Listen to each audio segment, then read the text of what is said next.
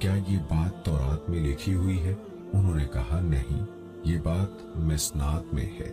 عمر رضی اللہ تعالیٰ عنہ نے فرمایا مسناد کیا چیز ہے؟ انہوں نے کہا یہ وہ کتاب ہے جسے ہمارے علماء اور دانا لوگوں نے مرتب کیا ہے۔ یہ سن کر سیدنا عمر رضی اللہ تعالیٰ عنہ نے انہیں سخت الفاظ میں ڈانٹا اور فرمایا جاؤ اس خاتون کا حق فوراً ادا کر دو۔ قاضی کو مشکل معاملات میں منتخب افراد سے مشورہ لینا چاہیے۔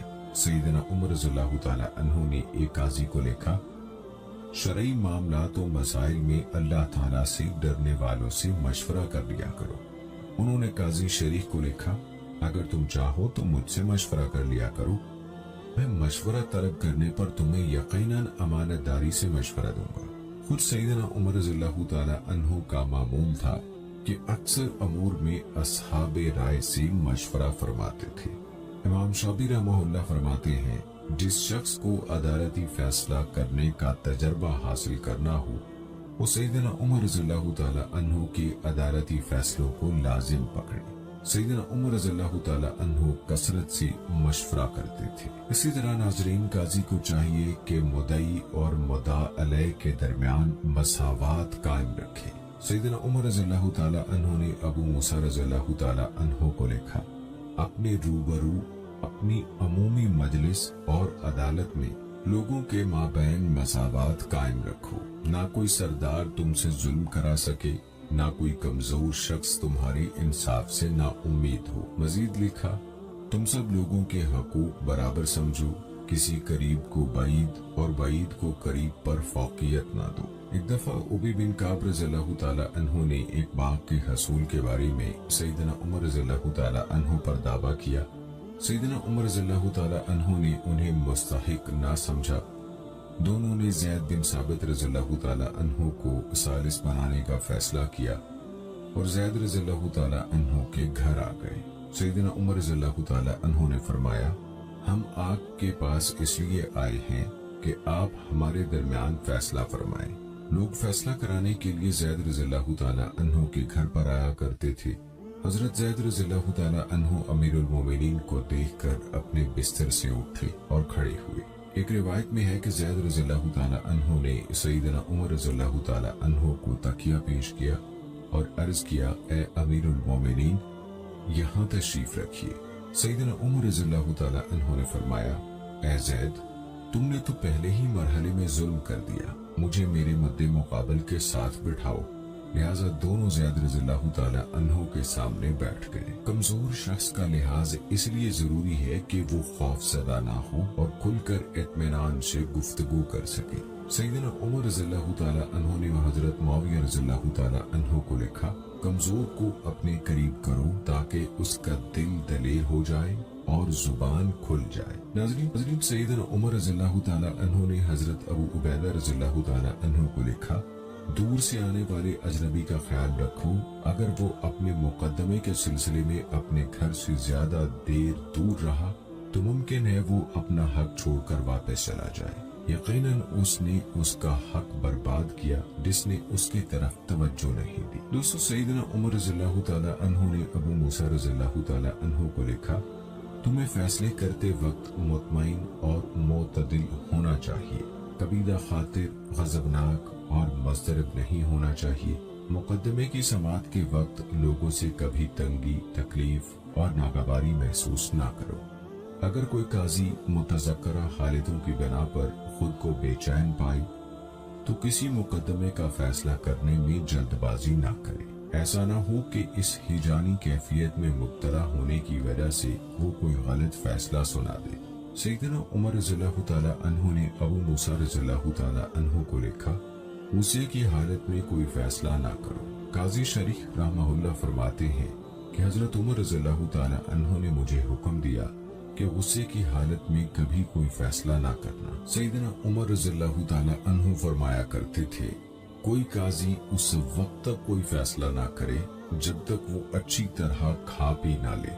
وہ سمجھتے تھے کہ بھوک یا پیاس کی حالت میں جلد بازی سے غلط فیصلے صادر ہو جانے کا بڑا خدشہ ہے۔ دوستو جس طرح رشوت، تجار سے خرید و فروخت کے معاملات میں نرمی، تحائف کی وصولی وغیرہ عمر رضی اللہ تعالی عنہ نے قاضیوں کو تجارت کرنے، بازاروں میں خرید و فروخت کرنے، تحائف قبول کرنے اور رشوت لینے سے بڑی شدت سے منع فرمایا۔ سیدنا عمر رضی اللہ تعالی عنہ نے ابو موسیٰ رضی اللہ تعالی عنہ کو لکھا، تم کسی قسم کی خرید و فروخت اور مزاربت نہ کرو، نہ کسی مقدمے میں کوئی رشوت قبول کرو۔ قاضی شریف فرماتے ہیں، سیدنا عمر رضی اللہ تعالی عنہ نے جب مجھے منصب قضا پر مامور فرمایا تو مجھے اس امر کا پابند فرمایا کہ مجھے خرید و فروخت کا کوئی دھندا کروں گا، نہ رشوت لوں گا۔ سیدنا عمر رضی اللہ تعالی عنہ فرماتے تھے، رشوت لینے اور مقدمات میں خواہشات کی دخل اندازی سے بچو۔ ناظرین، سیدنا عمر رضی اللہ تعالی عنہ نے لوگوں کو خطبہ ارشاد فرمایا، اے لوگو، جب اللہ کے نبی صلی اللہ علیہ وآلہ وسلم زندہ تھے تو ہم تمہیں اچھی طرح جان سکتے تھے، وحی کا زمانہ تھا اور وحی کے ذریعے سے تمہارے ہر معاملے کی خبر ہو سکتی تھی۔ اب ہم صرف تمہیں تمہاری گفتگو ہی سے پہچان سکتے ہیں، جس کا ظاہر اچھا ہوگا ہم اسے اچھا سمجھیں گے اور اس سے محبت کریں گے، اور جس کا ظاہر برا ہوگا ہم اسے برا خیال کریں گے اور اس سے نفرت کریں گے۔ تمہارے اصل بھید تمہارے اور اللہ تعالیٰ کے مابین ہے۔ ناظرین، سیدنا عمر رضی اللہ تعالیٰ عنہ نے فرمایا، کسی بھی مقدمے کا حتمی فیصلہ کرنے سے پہلے دونوں فریقوں کو صلح کا موقع دو، کیونکہ حتمی فیصلے بعض اوقات بعد میں باہمی دشمنی، بغض اور کینے کا سبب بنتے ہیں۔ اگر دونوں فریق شریعت اسلامی کے مطابق باہمی صلح پر راضی ہو جائیں تو قاضی صلح کو مؤثر قرار دے گا۔ اگر صلح کسی شرعی حکم سے متصادم ہوگی تو قاضی اس صلح کو توڑ دے گا۔ سیدنا عمر رضی اللہ تعالی عنہ نے فرمایا، مسلمانوں کے درمیان باہمی صلح جائز ہے، سوائے اس صلح کے جو حرام کو حلال یا حلال کو حرام کر دے۔ اگر قاضی کو کسی مقدمے میں حتمی فیصلے پر پہنچنے میں دشواری ہو تو فریقین کے مابین صلح کرانے پر خصوصی توجہ دے۔ حضرت عمر رضی اللہ تعالی عنہ نے حضرت معاویہ رضی اللہ تعالی عنہ کو لکھا تھا، اگر کسی مقدمے میں تمہیں کسی حتمی فیصلے پر پہنچنے میں دشواری کا سامنا ہو یا فریقین ایک دوسرے کے رشتہ دار ہوں تو ان کے مابین صلح کا راستہ اختیار کرو، کیونکہ ایسے حالات میں حتمی فیصلہ باہمی رنجش کا سبب بن سکتا ہے۔ دوستو، قاضی کسی مقدمے میں اپنا فیصلہ صادر کر چکا ہو، بعد ازاں اس کی عدالت میں پھر اسی جیسا کیس آ جائے، مگر اب حالت یہ ہو کہ اس مقدمے کے بارے میں قاضی کا سابقہ انداز فکر تبدیل ہو چکا ہو تو اسے کسی تردد کی ضرورت نہیں، وہ یقیناً اس نئے کیس میں اپنے جدید انداز فکر کے مطابق فیصلہ کرنے کا پوری طرح مجاز ہے، لہذا اس کا سابقہ مقدمے والا فیصلہ بھی کالعدم نہیں ہوگا، وہ بدستور بحال رہے گا۔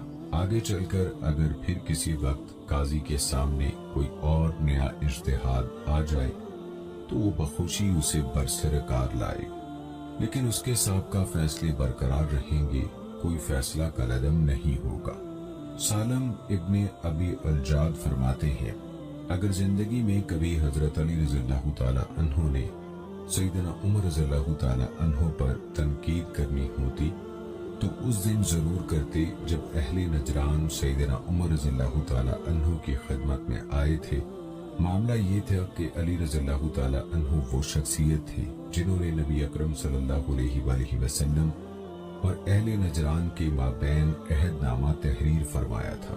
اب سیدنا عمر رضی اللہ تعالی عنہ کے دور خلافت میں ان کی تعداد اتنی بڑھ گئی کہ سیدنا عمر رضی اللہ تعالی عنہ کو ان لوگوں کے مابین اختلاف کا اندیشہ ہوا۔ اہل نجران سیدنا عمر رضی اللہ تعالی عنہ کے خدمت میں آئے اور اس عہد نامے میں تبدیلی کی گزارش کی۔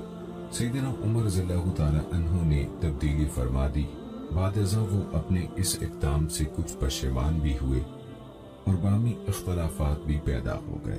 وہ لوگ دوبارہ سیدنا عمر رضی اللہ تعالی عنہ کے پاس آئے اور حسب سابق پہلے معاہدے ہی کی طرف رجوع کے خواستگار ہوئے، لیکن سیدنا عمر رضی اللہ تعالی عنہ نے انکار فرما دیا۔ پھر جب حضرت علی رضی اللہ تعالی عنہ خلیفہ منتخب ہوئے تو وہ حضرت علی رضی اللہ تعالی عنہ کی خدمت میں حاضر ہوئی اور عرض کیا، اے امیر المومنین، یہ تو آپ کی زبان کی سفارش اور آپ ہی کے ہاتھ کا لکھا ہوا معاہدہ ہے۔ علی رضی اللہ تعالی عنہ نے فرمایا، تم پر افسوس۔ سیدنا عمر رضی اللہ تعالی عنہ بلا شبہ انتہائی سمجھدار آدمی تھے۔ سیدنا عمر رضی اللہ تعالی عنہ نے اپنے اس پہلے فیصلے کو کالعدم کرنے سے انکار فرما دیا جو انہوں نے اہل نجران کے بارے میں فرمایا تھا۔ پھر حضرت علی رضی اللہ تعالی عنہ نے بھی سیدنا عمر رضی اللہ تعالی عنہ کی شہادت کے بعد ان کا فیصلہ برقرار رکھا اور اسے کالعدم کرنے سے انکار فرما دیا۔ سیدنا عمر رضی اللہ تعالی عنہ بہت سے مسائل میں اپنا اجتہاد تبدیل کرتے رہے۔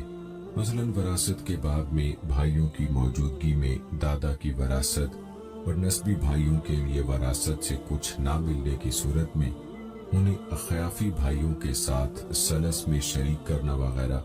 روایات سے ثابت ہے کہ انہوں نے اپنا پہلا فیصلہ کالعدم قرار نہیں دیا، جبکہ اس طرح نئے مقدمات آ جانے پر ان کا فیصلہ جدید اجتہاد کے مطابق کیا، اور یہ نیا اجتہاد سابقہ مقدمات میں دیے گئے فیصلوں کی وجہ سے حق کے مطابق فیصلہ کرنے میں رکاوٹ نہ بنا۔